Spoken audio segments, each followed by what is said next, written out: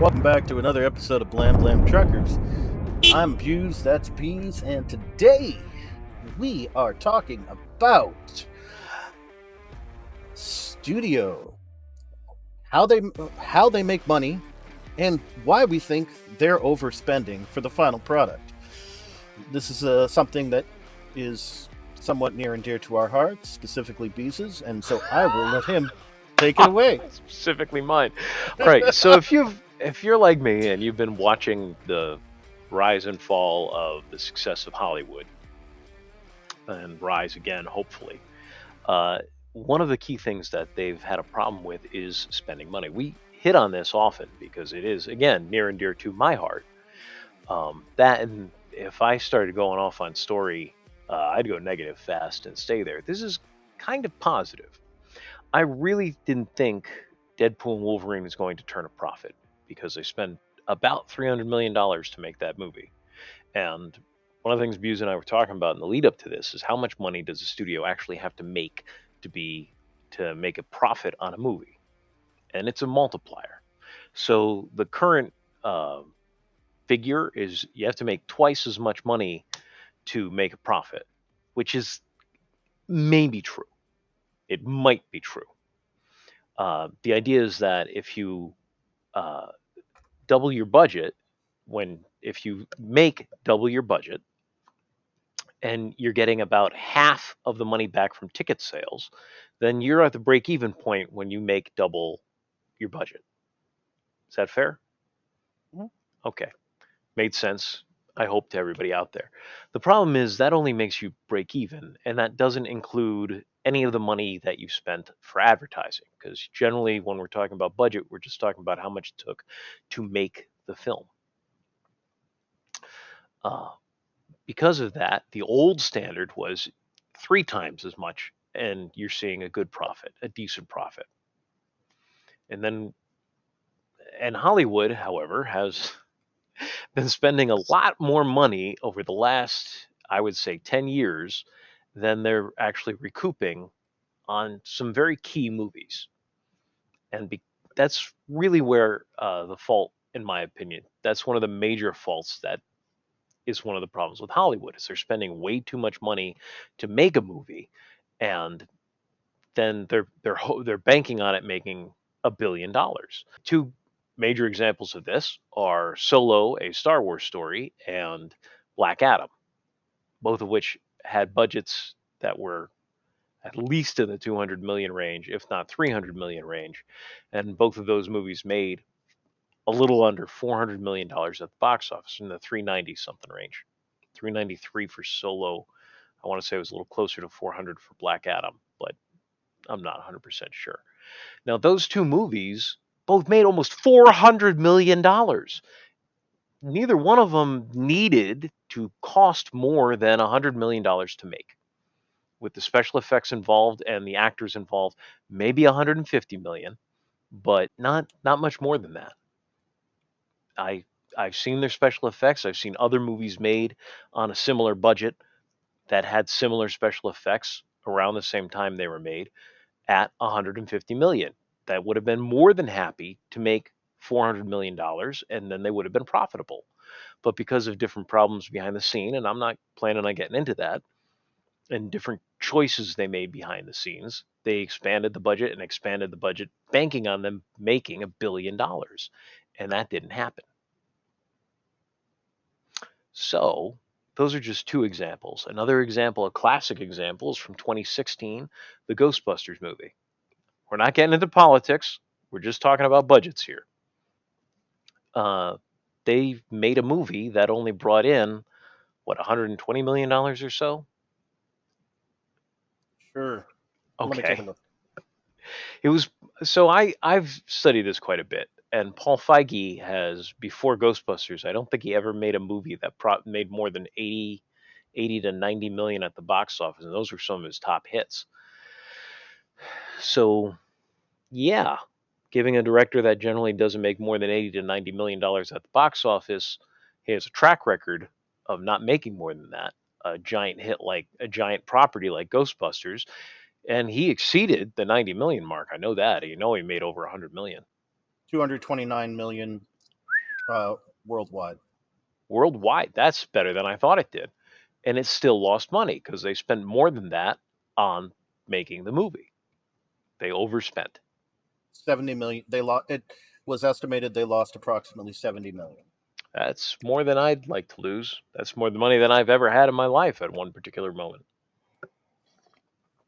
Maybe if I win the Mega Millions tonight, that'll change. But did you get your ticket? I hardly ever get my ticket. Good man. You can't lose if you don't play.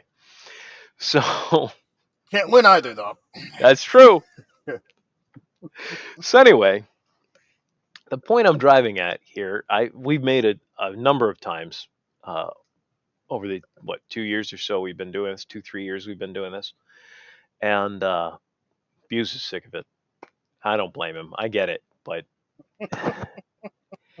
it's something Hollywood hasn't learned yet, and I'm hoping they learn it because uh, what is the name of that movie? The Star Wars: The Rise of Skywalker brought in over $1 billion, not 1.1. It was like 1.07 or something, or 1.05, something like that, but over $1 billion. And it is argued that that movie did not. It either broke even, made a little bit of a profit, or made a little bit less than a profit. And when you spend $400 million with an M, not a B, you spend over $400 million to invest in a movie, you want to do better than just making your money back.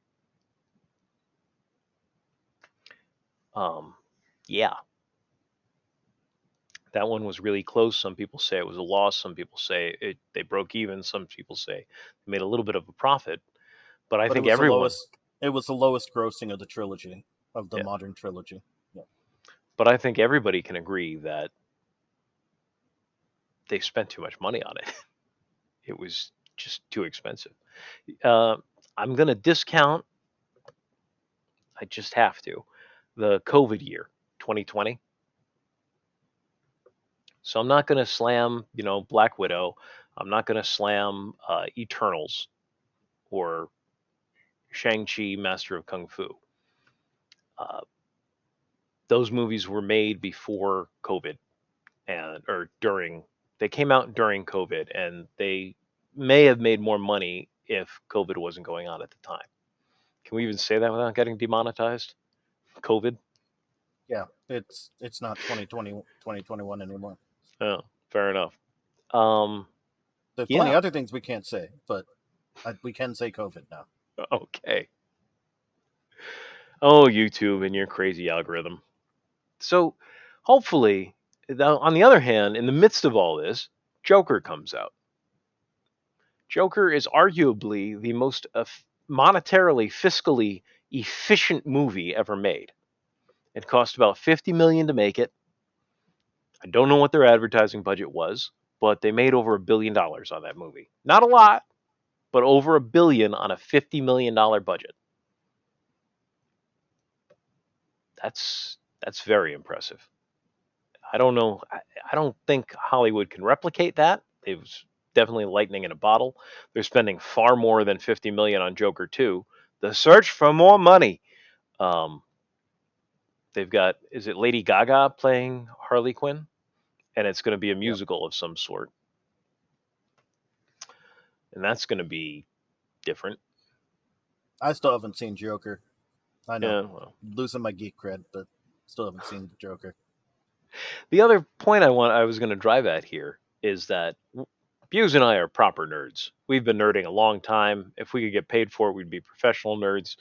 But Where's we are my monocle? what? Where's my monocle? If we're proper nerds, I need my monocle. Go get it. I'm not stopping you. Okay. Okay, fine. I don't have a monocle. I can fake one though. Just not so in this room. so anyway, we're proper nerds. I honestly think if Star Wars put a movie out and they're talking about it, the Mandalorian and Grogu movie, uh, Hmm. I don't know how badly the brand has been damaged in the eyes of regular people. Of Because it wasn't nerds who made Star Wars $1 billion franchise. despite what you might hear in the media, it is not the toxic, the crazy fans who make Star Wars billions of dollars. Though we are the ones who buy a lot of the merchandise and the collectibles. And hey, look, it's Death Watch Mando. Um, Hmm. hey, look, it's my clone trooper. Um, yeah, we do a lot of the collectibles. We do make them a decent amount of money, but the $1 billion in ticket sales, well, somebody's got a glow stick. The $1 billion at the movie theaters, most of that are normal people that aren't huge fans of the series. They're not nerds like Buse and I, and that's cool. I'm happy you people enjoy something I enjoy as well. But the movies are like the Super Bowl.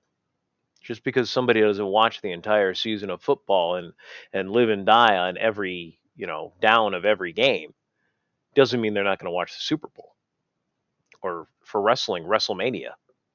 You know, Hmm. people may not be a big fan the whole year, but when WrestleMania comes out, they start laying down that pay per view money, or they find a buddy who is, and you have a big WrestleMania party at your house. Movies are more like that, and I don't know what kind of brand damage has been done with the Disney Plus movies. The last movie to come out, the Disney Plus TV shows. The last movie to come out in the theater was Rise of Skywalker. The Mandalorian Grogu. I don't know what kind of story they're going to try and tell. Is it just going to be like Mandalorian season 4, or is it going to be a whole retelling of everything so that the general audience will actually pay attention? I thought I wasn't going to get into story, but here we go. Hopefully, they'll be appealing more to the audience, because compared to the $1 billion worth of tickets sold for Rise of Skywalker, there hasn't been that many viewers for the Mandalorian show on Disney Plus. There's been a lot. It was definitely one of their arguably their most popular show. I don't have the numbers in front of me. Disney has been quite reticent in putting those numbers out, but hopefully they appeal to general audiences. And I, I really don't root for anyone's failure, honestly. Um, so I do wish them success with the Mandalorian and Grogu. I really do. Uh, yeah, and hopefully they keep the budget down, because if they do that, there's what Nothing. I just of all the of all the things to request that they keep the budget down for, based off the Mandalorian show, I kind of feel like that's a pretty high on the wish list look for if they any of the Star.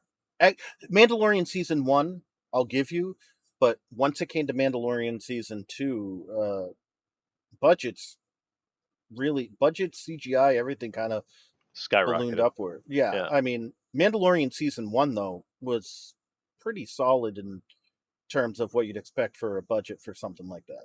my favorite season of the Mandalorian. Yeah, The mine point I'm too. driving at here, though, is if they're aiming for $400 million as the profit margin, they do what most businesses do and say we're probably gonna make this much money, so let's budget so that that becomes a profit for us. So if they're gonna make 400, I'll put it down here. If they're gonna make 400 million and they budget for that, and with the way opening weekends go for Disney still to this point, for Hollywood still to this point, 400 million is a reasonable goal. So if they budget 150 million to make the movie, 400 million, that's not three times, but they should be in profit range. They should be past the break even point at that point, because break even point is double, so that's 300 million roughly before marketing. So 400 million, if that's their profit point, if they can keep the budget under 150 million, 400 million should be a profit for them.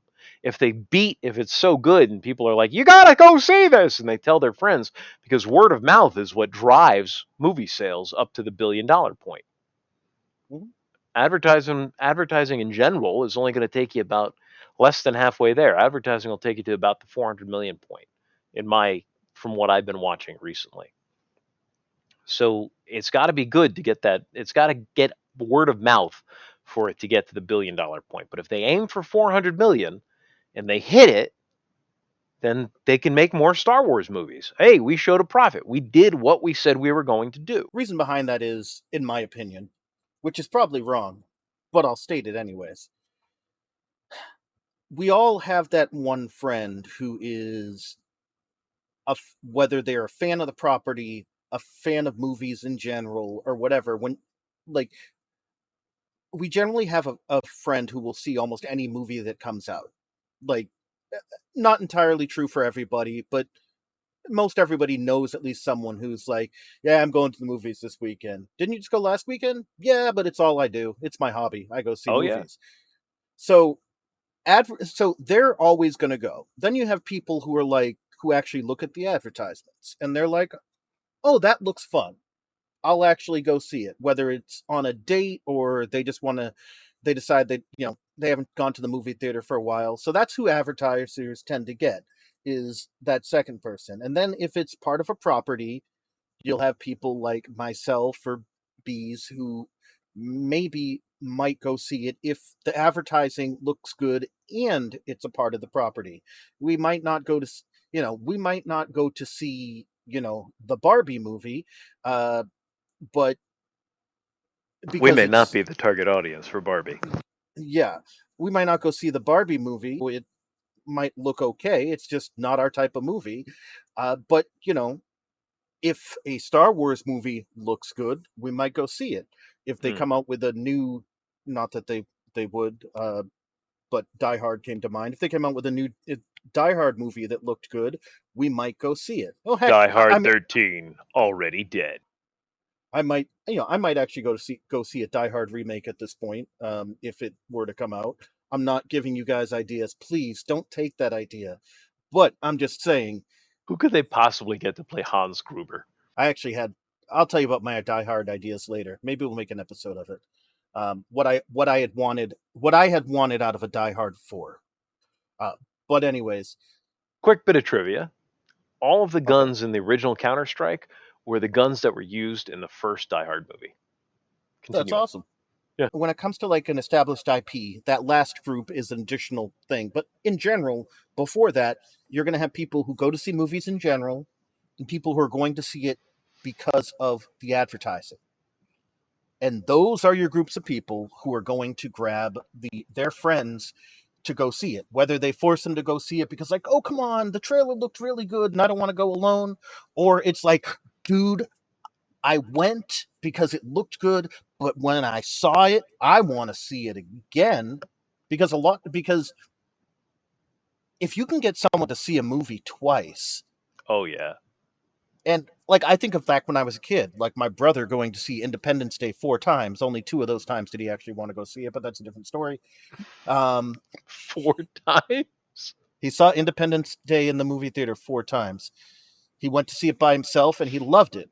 He took me to see it. He loved it. Then one of his friends hadn't seen it and really wanted him to go. So he went and he enjoyed it. Then another one of his friends really wanted to go and he's like, I've seen it 3 times already, but I haven't seen it. All right. And then It, he it was an he may have event. he may have hit 5, but after, like, he was so excited, he wanted to buy it when it came on video and everything. But after seeing it so many times in the theater, he kind of got burnt out. Oh, it's a But good anyway, movie. I should watch that again.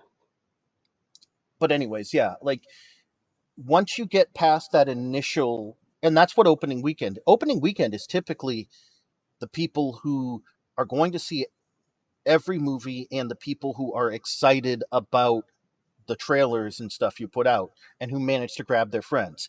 Hmm. After that, it's what's said in, like, reviews, what's said by your friends, your family. Then that's what gets the other people going, is, well, hey, everybody else liked it, That's where you maybe get the I'll like billion it from. too. Hmm. Yeah. And that's how Joker did it. Which is, yeah, not just Joker, Top Gun too. Uh, Hmm. not Super Mario Brothers to some degree. Any movie that's Barbie, Hmm. Oppenheimer, all of these movies didn't make the $1 billion on their opening weekend. They had strong opening weekends, but Yeah. yeah, it's the word of mouth that props them up and keeps them going. So, especially Top Gun 2. Wow. Still haven't seen that. It was good. I believe it. I liked Top Gun. Don't get me wrong, but Did you take it the wasn't. highway to the danger zone? It wasn't actually a movie that, like, for a lot of people, like, Top Gun ranked in their top 10 movies of all time, Mm-hmm. for the longest time. For me, it was like, oh, it was a solid Tom Cruise movie. Okay, You're too I'd young. rather I'd rather rewatch Cocktail. Cocktail was good. You're too young. You didn't. It was an event. It was like ID4. Like going to see that in the theater. Top. How am I too young? I'm a year younger than you. Yeah, I was too young too. I Oh, was okay. getting to that because my brother and my cousin, they're like, "Oh, Top Gun! It's such a great movie," and I'm sitting here like, "Oh, when did that come out? What year did Top Gun come out?" What was it? 83. I don't know. I'm gonna ask One the Googles one of the best naval recruitment tools ever, though. and Air Force. Yeah, 86. I turned 80. 7 that year. Yeah. You turned 6 that year. Yep. So it's not like we didn't Are, experience it. are, We've seen it, are but you we didn't sure? experience it. What? You sure sure I turned 6 that year? I don't know. You've heard the stories about my new workplace. Oh, that's a whole nother thing. And the audience is not going to get that joke. No, they're Anyway, not. yeah. So for crying out loud, this is business one. That the other thing that drives me nuts about this whole budgeting thing is it's business 101. This is what you learn first day in a business class and an economics class. Stay in budget, plan your budget accordingly, and yeah, hopefully they've learned that. I don't think they have. Frankly, I think Hollywood is destroying itself, but I'm really hopeful that they're not. You know, and if they are, anyone out there who knows somebody over at the WB, I have some amazing ideas for a superhero movie, and I would keep the budget in line. I have a rough idea how much it would cost, and yeah, I would do Starman as my first character, and for the first movie, and it would be building. It would be if Starman makes 400 million, then that's the go ahead for me, or close to 400 million, because I'd want to keep the budget under 100 million. If Starman makes the 400 million, then that would be the go ahead for me to make the next movie. And if that makes the 400 million, that'll be the go ahead to make the next movie. And I'm basing this model off of this little thing called the MCU. I don't know if anybody out there has ever heard of the MCU, but what did Iron Man make? A little over $400 million. What did Incredible Hulk make? A little under 400, a bit under $400 million. What was the next movie? Iron Man 2. What did that make? Closer to $500 million, maybe a little over. I forget off the top of my head. The next movie was Captain America or Thor. Both of those made in the four to $600 million range. And then Avengers came out, and that made the billion. And then they haven't just been going up since then. They went up and down, but one of the lowest grossing movies was the first Iron Man movie, and that started it all. Once you start building that brand, and Hollywood has to rebuild almost all of its brands, honestly, unless they come out with the Top Gun 3 sometime soon. Because even if you look at Ghostbusters, going back to 2016, they overspent on that, but then they underspent on what was the next one, Afterlife? Afterlife. They underspent on Afterlife, and they made a profit. And then they just did Frozen Throne, and I think that made Empire. its Empire. I This is not the first time I've made that mistake on this channel. I have done it looking directly at, because it's on Netflix right now, so I'm probably going to watch it on there. I just watched it this I, week. I literally look at the title while talking to my wife, because Mm-hmm. we've been wanting to watch it together, and I will be literally looking and reading the title and call it Frozen Throne. So I get it. And for those of you who don't understand why we call it Frozen Throne, It's literally because of Warcraft. It is Yes. literally because of Warcraft. The second expansion for World of Warcraft, and arguably their best expansion, No, no, was no expansion for Warcraft 3. what World of was Warcraft. World of Warcraft. It was as we both go to the internet. Quick, someone find the answer. Ah, yeah. Wrath of the Lich King. There we go. I'm like, I knew it was. I couldn't think of the name, but I'm like, I know Frozen Throne was Warcraft 3 because I have it. You're right. Yeah, But still, either way, it was Warcraft based.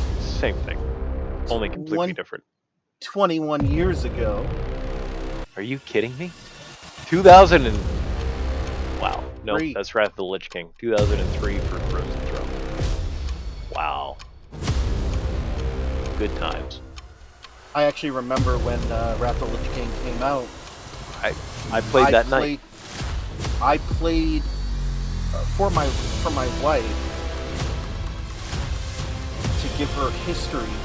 Mm-hmm. I played through Warcraft 3 to kind of give her a bit of history. So I played through Warcraft 3 and Frozen Throne and such to give her Nice. the base history for everything going on. It was fun. Story. That's why I did it. Oh Story. yeah, Blizzard used to tell amazing stories. Thanks to all you truckers out there in Blam Blam Trucker Land. I hope you come back for the next Blam Blam Trucker installment. In the meantime, keep on trucking, you Blam Blam Truckers.